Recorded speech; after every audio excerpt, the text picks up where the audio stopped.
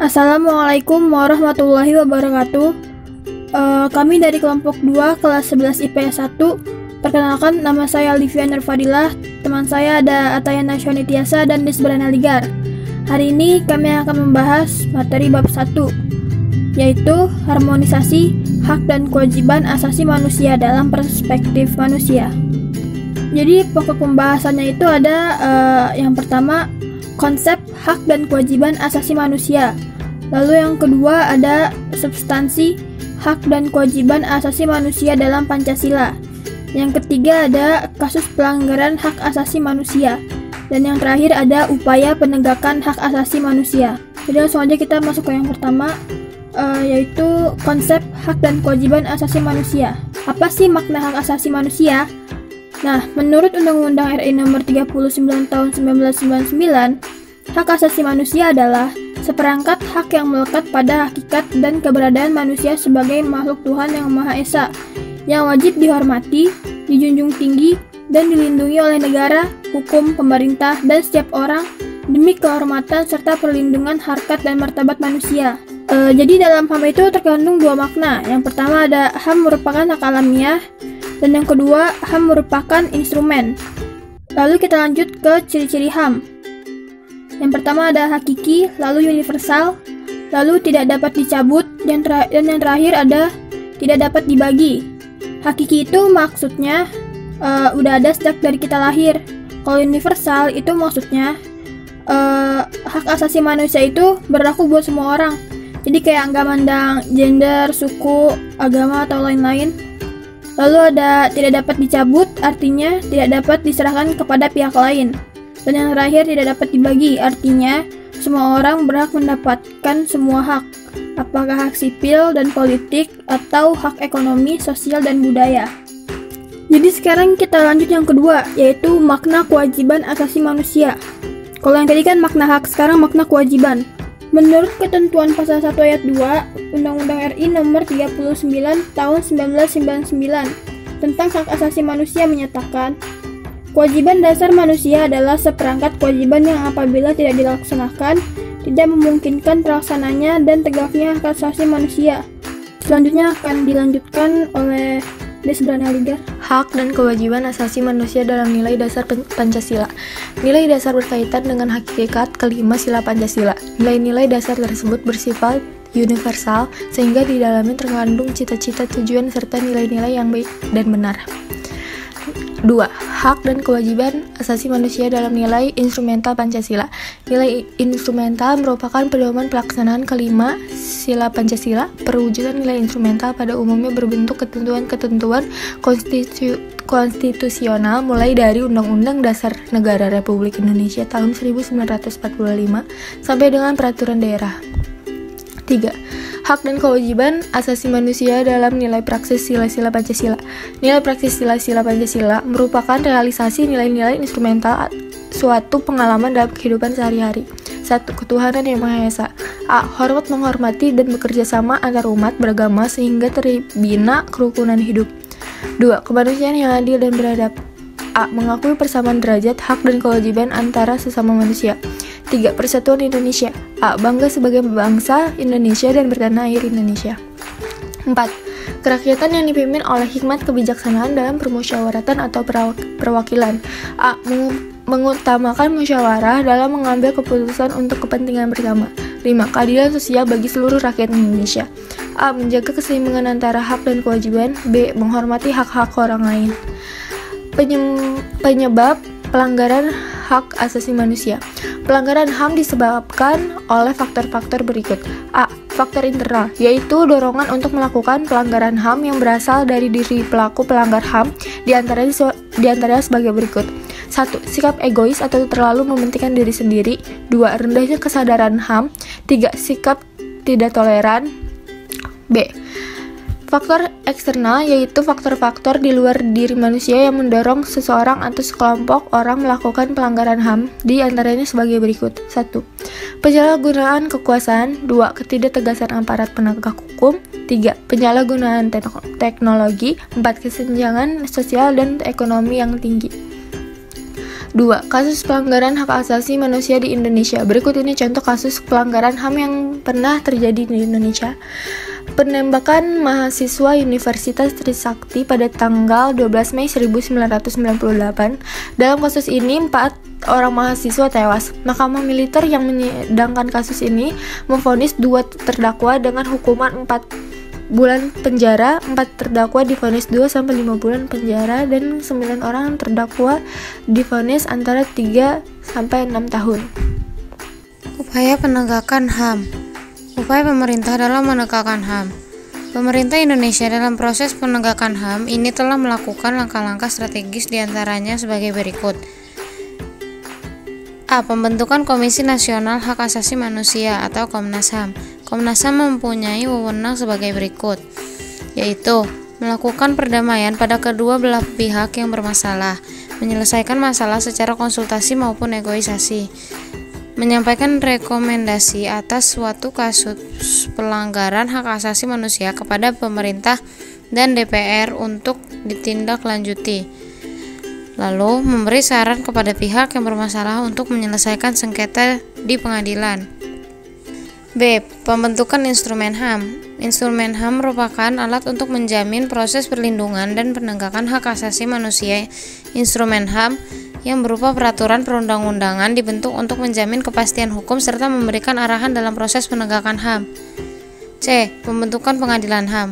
Pengadilan HAM dibentuk berdasarkan Undang-Undang RI Nomor 26 Tahun 2000. Pengadilan HAM adalah pengadilan khusus terhadap pelanggaran HAM berat yang diharapkan dapat melindungi hak asasi manusia, baik perseorangan maupun masyarakat. Pengadilan HAM bertugas dan berwenang memeriksa dan memutuskan perkara pelanggaran hak asasi manusia yang berat. 2. Upaya penanganan kasus pelanggaran hak asasi manusia. A. Upaya pencegahan pelanggaran hak asasi manusia. 1. Menegakkan supremasi hukum dan demokrasi. 2. Meningkatkan kualitas pelayanan publik untuk mencegah terjadinya berbagai bentuk pelanggaran HAM oleh pemerintah. 3. Meningkatkan pengawasan dari masyarakat dan lembaga-lembaga politik terhadap setiap upaya penegakan HAM yang dilakukan oleh pemerintah. 3. Meningkatkan penyebarluasan prinsip-prinsip HAM kepada masyarakat melalui lembaga pendidikan formal atau sekolah atau perguruan tinggi maupun non-formal, kegiatan-kegiatan keagamaan dan kursus-kursus. Meningkatkan profesionalisme lembaga keamanan dan pertahanan negara. 4. Meningkatkan kerjasama yang harmonis antar kelompok atau golongan dalam masyarakat agar mampu saling memahami dan menghormati keyakinan dan pendapat masing-masing. B. Membangun harmonisasi hak dan kewajiban asasi manusia. Salah satu cara untuk mengharmonisasikan hak dan kewajiban asasi manusia dalam kehidupan sehari-hari adalah dengan menghindarkan diri kita dari sikap egois atau terlalu mementingkan diri sendiri.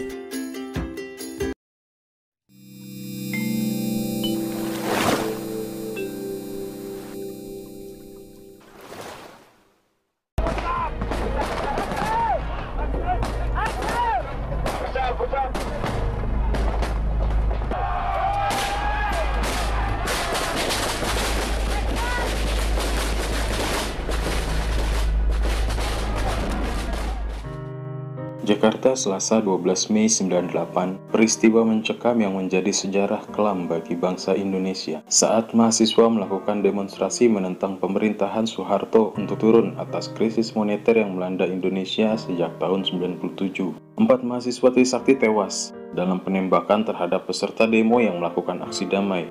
Elang Mulya Lesmana, Hafidin Royan, Heri Hartanto, dan Henry Awansi. Sementara itu, dokumentasi Kontras menulis, korban luka mencapai 681 orang dari berbagai perguruan tinggi di Indonesia. Lalu apa yang sebenarnya terjadi pada peristiwa Mei 98 Trisakti ini? Sebelum melanjutkan video ini, saya ingatkan lagi untuk dukung kami dengan cara like video ini dan subscribe juga di channel, serta jangan lupa klik tombol loncengnya supaya kalian tidak ketinggalan video-video menarik lainnya. Demonstrasi mahasiswa di Universitas Trisakti merupakan rangkaian aksi mahasiswa yang menuntut reformasi sejak awal 98. Aksi mahasiswa semakin terbuka dan berani sejak Soeharto diangkat kembali menjadi presiden untuk ke-7 kalinya dalam sidang umum MPR pada 10 Maret 98. Jika sebelum-sebelumnya aksi demo mahasiswa hanya berani digelar di dalam kampus, saat sidang umum MPR berlangsung, mahasiswa memberanikan diri untuk mulai bergerak keluar kampus. Aksi di sekitar kampus Trisakti pada 12 Mei 98 merupakan salah satu demonstrasi mahasiswa terbesar yang pernah dilakukan di luar kampus pada saat itu. Posisi kampus yang strategis menjadikan Trisakti sebagai titik berkumpul mahasiswa dari berbagai universitas. Aksi tersebut dimulai sekitar pukul 11 siang, dengan agenda mendengarkan orasi yang dilakukan oleh para guru besar, dosen maupun mahasiswa. Sekitar pukul 1 siang, peserta aksi mulai keluar dari kampus dan tumpah ruah di jalan. Mereka hendak melakukan long march menuju gedung MPR DPR di Senayan. Saat tiba di depan pintu masuk Wali Kota Jakarta Barat, 300 meter dari kampus Trisakti, mereka dihadang oleh 2 lapis barikade aparat yang membawa tameng dan pentungan. Di barisan depan terdapat para mahasiswi yang membagi-bagikan bunga mawar kepada aparat kepolisian yang menghadang ribuan peserta demo tersebut. Negosiasi pun dilakukan antara beberapa wakil mahasiswa dengan pimpinan komando aparat. Anggota aksi lain mencoba bergerak maju dan elemen masyarakat sipil lain mulai bergabung. Dari hasil negosiasi tersebut melarang long march dilanjutkan dengan alasan akan mengganggu lalu lintas kota Jakarta. Namun, di saat bersamaan datang tambahan aparat pengendali massa atau Dalmas sebanyak 4 truk dan aparat dari Kodam Jaya serta satuan kepolisian lainnya. Dilarang melakukan long march, para mahasiswa ini pun kemudian melanjutkan aksinya dengan menggelar orasi di mimbar bebas dengan tuntutan agenda yaitu reformasi dan mengadakan sidang istimewa MPR. Aksi berjalan damai hingga sore hari. Pada pukul 5 sore, mahasiswa dan aparat sepakat untuk sama-sama mundur. Mahasiswa pun perlahan mulai bergerak mundur dan memasuki tanpa diketahui penyebabnya, aparat keamanan tiba-tiba menyerang mahasiswa dengan tembakan dan gas air mata. Rombongan mahasiswa pun panik dan berlarian berusaha menjauhi dari aparat. Bahkan ada juga dari mereka yang melompat pagar tol demi menyelamatkan dirinya. Penyerangan terhadap mahasiswa pun semakin menjadi. Suara letupan tembakan menjadi lebih banyak terdengar. Peluru karet maupun peluru tajam berhamburan tanpa arah. Aparat yang sebelumnya sepakat untuk mundur, kemudian malah bergerak maju dan mulai memukuli, menendang, dan menginjak-injak mahasiswa yang masih berada di jalan. Kekejaman tersebut dilakukan merata, baik kepada mahasiswa maupun mahasiswi. Tidak tinggal diam, para mahasiswa pun melakukan perlawanan dengan melempari aparat keamanan dan benda yang ada di dalam kampus. Penembakan terhadap para mahasiswa diketahui tidak hanya berasal dari aparat keamanan yang berada di hadapan peserta demo. Di beberapa dokumentasi televisi terlihat jelas penembakan dilakukan dari atas flyover Grogol dan jembatan penyeberangan. Aksi tembak-tembak ala koboi ini dilepaskan dengan terarah ke depan gerbang Trisakti, sedangkan tembakan yang berasal dari flyover mengarah ke mahasiswa yang sedang berlarian ke dalam kampus. Tembakan yang mengarah tersebutlah mengakibatkan jatuhnya korban luka ringan, luka berat, hingga meninggal dunia. Dari korban meninggal dunia, 3 mahasiswa dipastikan meninggal di tempat, sementara 1 korban lainnya akhirnya meninggal setelah sebelumnya sempat dibawa ke rumah sakit untuk menjalani tindakan medis. Meskipun telah terdapat bukti berupa serpihan peluru kaliber 5,56 mm di tubuh almarhum Heri Hartanto, di mana saat zaman itu peluru jenis ini digunakan untuk senjata laras panjang jenis SS-1 yang biasa dipakai oleh Satuan Brimob dan Kopassus. Penembakan dengan peluru tajam masih saja menjadi misteri. Tragedi Trisakti ini merenggut 4 nyawa yang namanya abadi hingga kini. Elang Mulia Lesmana, Hafidin Royan, Heri Hartanto, dan Henry Awansi, merekalah pahlawan reformasi, bukan para politikus. Bebaskan rakyat.